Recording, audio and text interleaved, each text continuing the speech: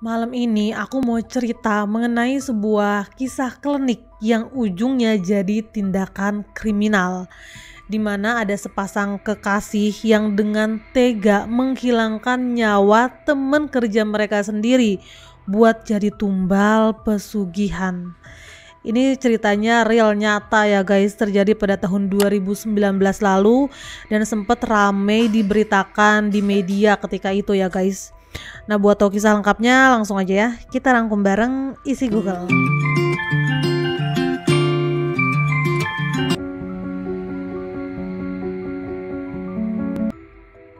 Kasus ini bermula dari ditemukannya sesosok tubuh wanita yang udah nggak bernyawa di sebuah area persawahan di wilayah Lebak, Banten.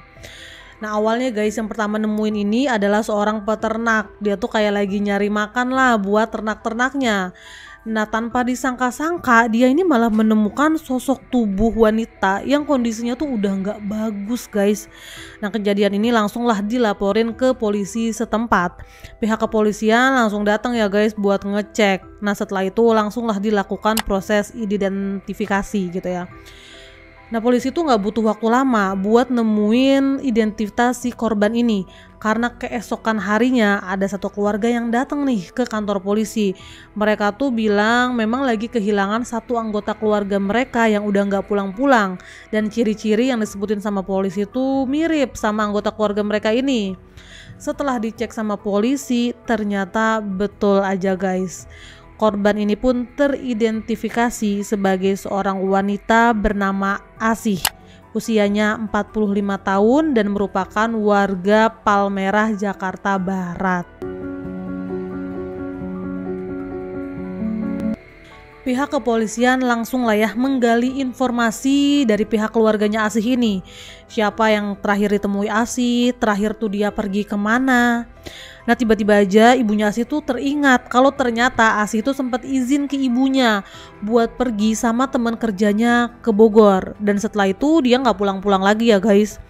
Nah, setelah dicek ternyata Asih juga sempat ngirimin foto gitu guys ke grup SD-nya dia, grup di WA-nya ketika Asih ini lagi pergi. Nah, Asih tuh bilang kalau dia tuh mau ngerayain ulang tahun temennya di Bogor. Dia kirimin lah foto ketika ada di Bogor bareng temennya itu. Dan setelah itu Asih itu memang benar-benar hilang kontak. Akhirnya setelah diselidiki, polisi pun berhasil mengetahui ya, dua orang tersebut teman kerjanya Asih ini adalah Feni dan juga kekasihnya Wellen, dan mereka pun langsung ditetapkan menjadi tersangka. Polisi ini langsung lah ya guys mencari keberadaan Feni dan juga Wellen. Didatengin ke kontrakannya. Ternyata mereka berdua ini udah nggak ada ya guys. Dari proses penyelidikan, polisi pun berhasil melacak keberadaan mereka, yang ternyata mereka ini ada di wilayah Cilacap. Jadi mereka berdua ini nginep di sebuah hotel di wilayah Cilacap. Nah, setelah polisi datang ya ke kamar hotel tempat mereka menginap, di situ memang ditemukan ya guys, di dalam kamar hotelnya terdapat banyak lilin dan juga benda-benda klinik lainnya. Nah, diduga mereka ini tuh lagi semacam melakukan ritual gitu ya guys. Akhirnya pihak kepolisian pun berhasil menangkap Feni dan juga Wellen di kaki gunung Srandil. Jadi mereka tuh kayak baru turun gunung ya guys, selesai melakukan sebuah ritual di gunung tersebut. Nah, dari pengakuan Feni dan juga Wellen ke pihak kepolisian, akhirnya terbongkar lah ya guys apa yang mereka lakuin ke Asih ini. Kita langsung masuk aja ya ke ceritanya.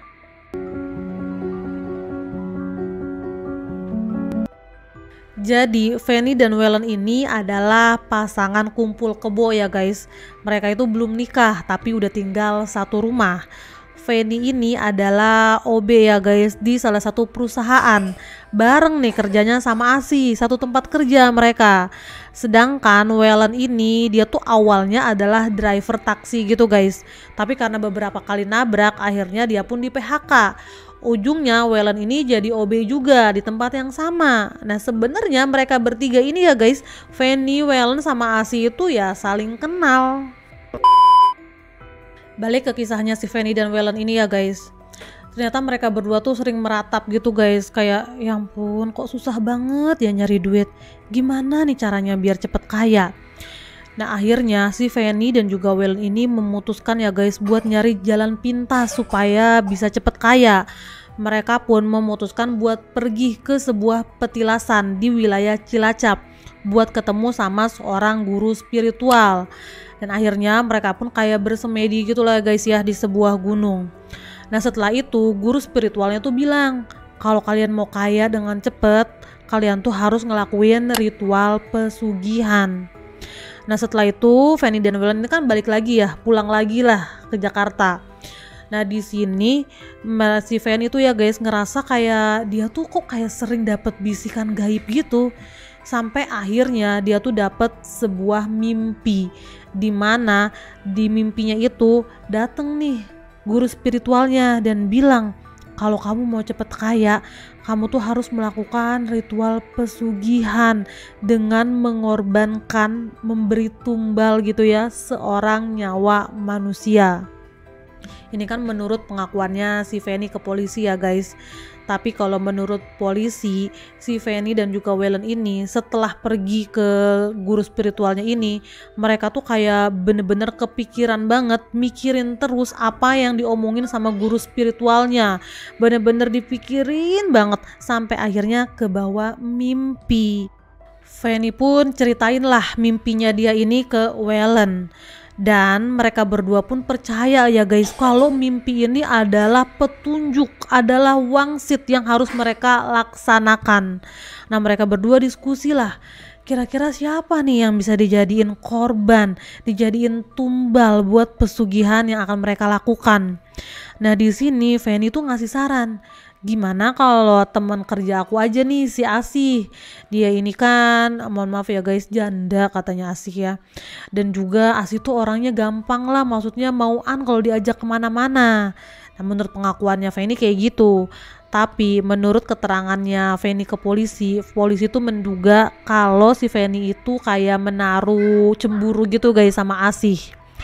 Nah singkat cerita akhirnya Fanny dan juga Waylon ini setujulah buat jadiin Asih ini sebagai tumbal mereka. Dan mereka pun bikin rencana. Hari itu pun eksekusi mereka lakukan.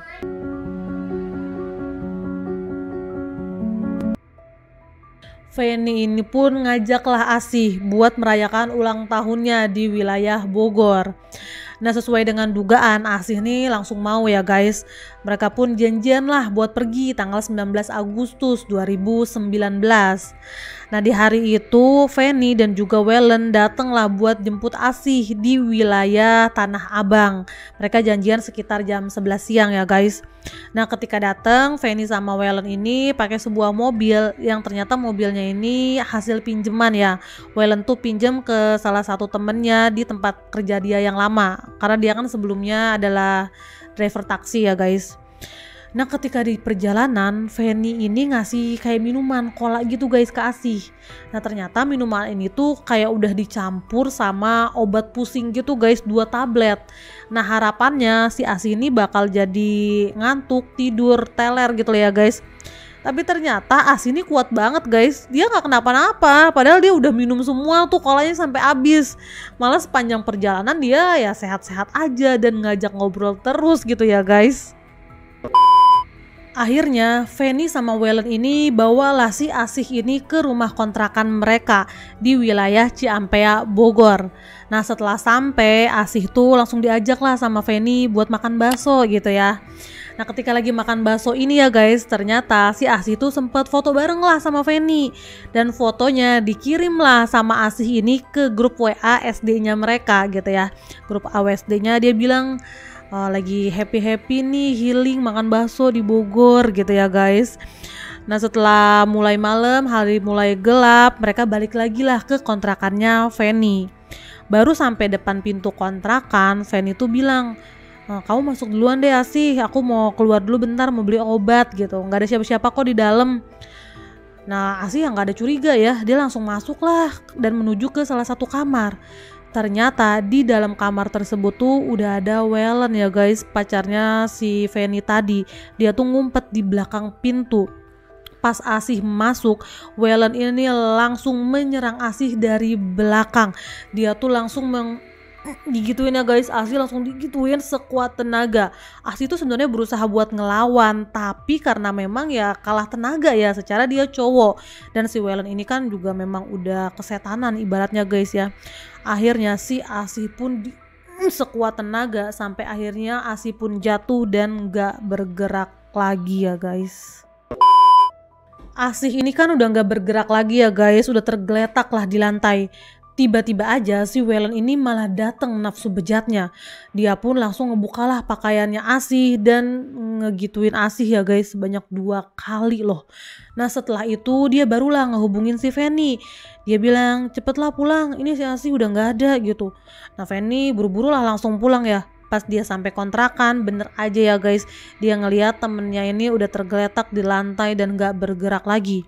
Tapi Fanny tuh kayak curiga, loh kok ini bajunya Asih kebuka. Terus Fanny langsung nanya lah ke Wellen, lo apain nih si Asih gitu. Berkali-kali Fanny tanya tapi nggak dijawab sama Wellen. Wellen tuh malah bilang ya udahlah, dia juga udah nggak ada kan gitu. Nah karena kondisinya memang udah kayak mencekam lah ya guys, secara udah ada satu sosok tubuh yang udah nggak bergerak lagi kan. Akhirnya Fanny dan juga Wellen ini langsung berdiskusi lah, merencanakan gimana nih caranya buat menghilangkan jejak.